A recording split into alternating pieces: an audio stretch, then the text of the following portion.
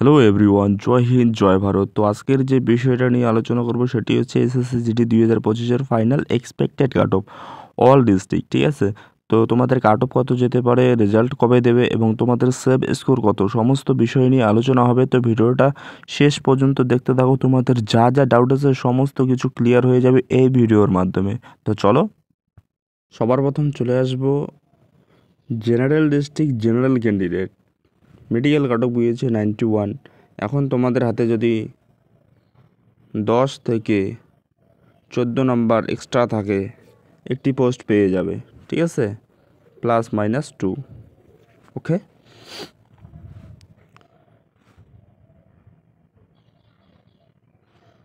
তারপর চলে আসবো general district EWS candidate. General district EWS candidate কাট অফ গিয়েছে 63। এখন যদি তোমাদের হাতে 8 থেকে 9 নাম্বার এক্সট্রা থাকে একটি পোস্ট পেয়ে যাবে। ঠিক আছে, এরপর চলে আসবো জেনারেল ডিস্ট্রিক্ট ওবিসি। মেডিকেল কাট অফ গিয়েছে 85। এখন যদি তোমাদের হাতে 12 থেকে 14 নাম্বার এক্সট্রা থাকে একটি পোস্ট পেয়ে যাবে, +-2। ওকে, তারপর চলে আসবো general district SC. General district SC কাট অফ গিয়েছে 83। ঠিক আছে, এখন যদি তোমাদের হাতে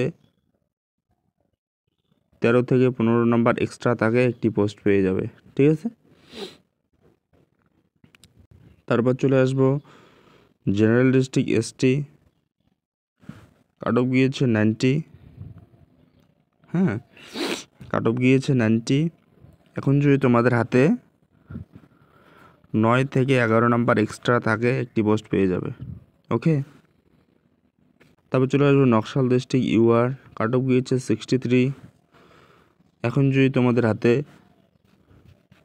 14 থেকে 15 নাম্বার এক্সট্রা থাকে একটি পোস্ট পেয়ে যাবে। ঠিক আছে, +-2। তারপর চলে আসবো Naxal district ST. Naxal district ST কাট অফ গিয়েছে 93। ঠিক আছে, এখন যদি তোমাদের হাতে 15+ নাম্বার থাকে একটি পোস্ট পেয়ে যাবে, +-2। ওকে, তারপর চলে আসবো নকশাল ডিস্ট্রিক্ট ওবিসি। কাট অফ গিয়েছে 56। ঠিক আছে, কাট অফ গিয়েছে 56। এখন যদি তোমাদের হাতে 14+ থাকে তাহলে একটি পোস্ট পেয়ে যাবে, +-2। ওকে, তারপর চলে আসবো Naxal district SC. Naxal district SC কাট অফ গিয়েছে 41। এখন যদি তোমাদের হাতে 14+ নাম্বার থাকে +-2 একটি পোস্ট পেয়ে যাবে। ঠিক আছে, দেখো তোমরা একটা জিনিস বোঝার চেষ্টা করো, এখন যদি 1 নাম্বার ইনক্রিজ করা হয় না, তুমি ওখান থেকে কমপক্ষে হলেও 60 জন পাবে। তাহলে যদি 10 নাম্বার ইনক্রিজ করা হয় তুমি তো 600 জন পেয়েই যাচ্ছ।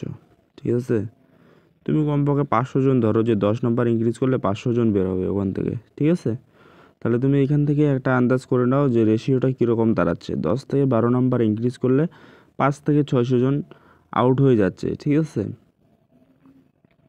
আর একটা জিনিস তোমরা খেয়াল করো, যাদের যাদের মনে করো যে 110+ রয়েছে, ঠিক আছে, তাদেরকে দেখে ডিমোটিভেট হওয়ার কোনো ব্যাপারই নেই যে এদের নাম্বার এত হাই তার মানে 2024-এর মতো কি কাট অফ হাই যাবে, কখনই না ভাই।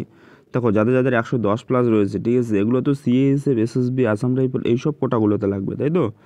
তাহলে এদেরকে দেখে ডিমোটিভেট হচ্ছ কেন? 2024-এর মতো কখনোই হবে না। তোমরা সবাই ভাবছো যে 2024-এর মতো কাট অফ হাই যাবে, এটা ইম্পসিবল। ঠিক আছে, যদি 2024-এর মতো কাট অফ হাই যেত তাহলে ফিজিক্যাল কাট অফ এত কম যেত না, নর্মাল একটা লজিক। ঠিক আছে, ফিজিক্যাল কাট অফ যেহেতু কম গেছে তার মানে ফাইনাল মেরিটও কম যাবে। ওভারঅল এটাই কথা যে দেখো, এই আমি যে কাট অফগুলো অ্যানালাইসিস করছি, ঠিক আছে, এটা 2022-23-এর যে রিক্রুটমেন্টে ছিল সেটা ফলো করেই করা হচ্ছে। তো মোরাল অফ দ্য স্টোরি এটাই, 22-23-এর যে রিক্রুটমেন্টে ছিল বহু এরকমই হতে চলেছে। ঠিক আছে, অনেকের বেশি বেশি নাম্বার আছে, সেগুলো দেখে তোমরা হয়তো ডিমোটিভেট হও, এরকম কোনো ব্যাপার নেই। ঠিক আছে, পজিটিভ থাকো। তোমাদের কার কত নাম্বার আছে আমাকে কমেন্ট করে জানাও। ঠিক আছে। তো ভিডিওটা এই পর্যন্ত। যদি ভিডিওটা ভালো লাগে অবশ্যই একটা লাইক করবে আর চ্যানেলটাতে সাবস্ক্রাইব করে পাশে থাকবে। চলো টাটা বাই বাই, দেখা হচ্ছে পরবর্তী ভিডিওতে।